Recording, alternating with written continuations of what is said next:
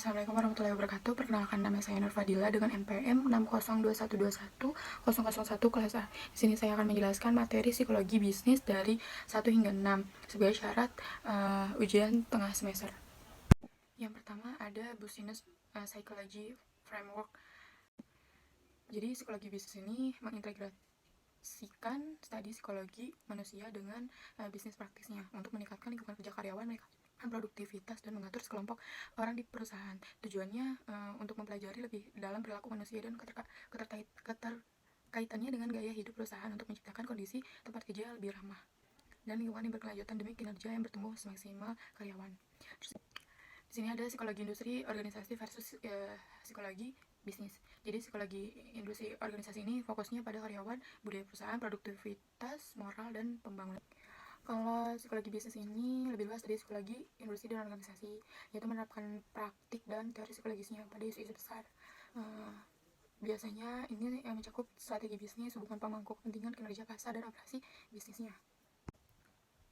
Business Psychology Framework, suatu kerangka kerja yang terorganisasi mencakup seluruh aspek dalam bisnis yang dapat menunjang kinerja, potensi, dan kompetensi bisnis dalam organisasi. Framework ini dapat dijadikan pedoman oleh organisasi untuk mencapai sustainable business excellence yang nantinya dapat berkontribusi dalam lingkungan dan masyarakat. Aspek-aspek di sini ada visi misi suatu perusahaan, lalu business objektif atau hasil yang ingin dicapai oleh perusahaan, lalu sustainable business excellence dan human well-being.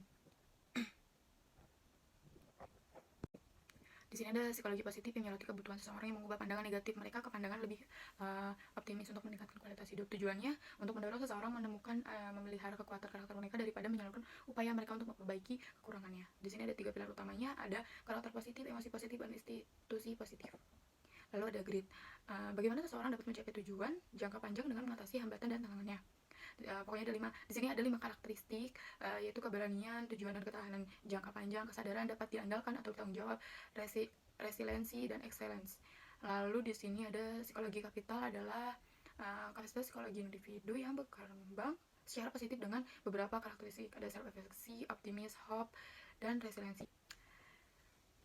Kemampuan seseorang individu yang berpikir, mengelola, mengatur, menghadapi kualitas dalam hidup. Sederhananya, IQ menggambarkan bagaimana individu mampu menghadapi masalah. Konsep pertamanya itu dikenalkan pada Paul Stoltz. Kecerdasan ini bisa dipelajari dalam kehidupan. Tiga kategori manusia berdasarkan tingkat level IQ. Quitters, individu yang mudah menyerah bahkan membiarkan masalah terbengkalai. Lalu ada jumpers, individu yang siap menghadapi masalah tetapi usahanya tidak konsisten. Climbers, yang hidupnya itu si individu ini real achievers yang akan berjuang sehingga sukses terlepas apapun tantangannya. Lalu di sini organizational commitment dan work engagement, sikap yang mencerminkan sejauh mana seseorang individu mengenal dan terikat pada organisasi. Lalu keadaan kesejahteraan atau kepuasan yang berhubungan dengan pekerjaan yang ditandai dengan tingkat energi yang tinggi dan identifikasi yang kuat dengan pekerjaan seseorang. Di sini ada beberapa dimensi. Kalau organizational commitment itu ada efektif komitmen, ketertarikan emosi karyawan dan keterlibatan dalam organisasi. Lalu normatif komitmen menggambarkan perasaan ketertarikan yang terus berada dalam organisasi. Lalu continuance komitmen, persepsi individu apabila keluar dari perusahaan akan memakan biaya banyak. Misalnya ketika keluar ada potongan gaji dari biasanya. Lalu dimensi work engagement ini ada vigor. Lalu dedikasi dan absorption. Biasanya ada faktor-faktornya yaitu lingkungan kerja, komunikasi, gaya kepemimpinan, reward, reputasi perusahaan. Organizational citizenship behavior. RGB itu berlaku karyawan yang secara sukarela mengerjakan pekerjaan yang melebihi standar tugas yang diberikan kepadanya demi membantu keberlangsungan perusahaan dalam mencapai tujuan. Biasanya ada dimensi yang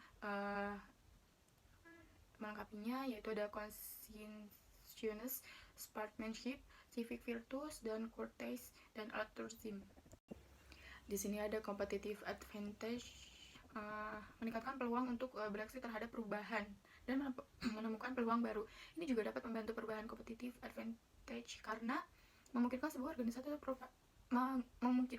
organisasi atau perusahaan membangun produk dan layanan yang lebih baik untuk pelanggan. Lalu di sini ada knowledge sharing, proses mentransfer informasi dan exploit dari satu orang ke orang lain, merupakan pertukaran ide dan informasi bersama dapat mempengaruhi cara tim kerja dalam organisasi. Di sini ada dua jenis knowledge sharing, ada knowledge donating dan collection. Dari faktor-faktor ini ada kesempatan, komunikasi, kemanfaatan, dan kesesuaian konteks. Lalu ada emotional dan intelligence, interpersonal skill. Emotional intelligence adalah kemampuan untuk memahami dan mengelola emosi sendiri dan orang-orang sekitar. Orang yang tingkatnya emotional intelligence yang tinggi tahu apa yang mereka rasakan, apa arti emosi mereka, bagaimana emosi ini dapat mempengaruhi orang lain. Lalu ada dimensi emotional intelligence. Ini ada beberapa, yaitu ada self awareness, self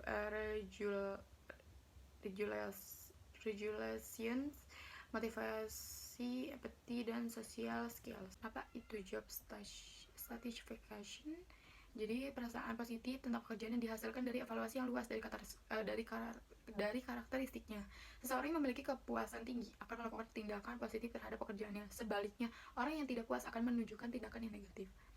Di sini ada manfaatnya, ada dapat meningkatkan keuntungan organisasi, produktivitas karyawan yang lebih tinggi, dan lower turnover, kecil kemungkinan untuk meninggalkan perusahaan.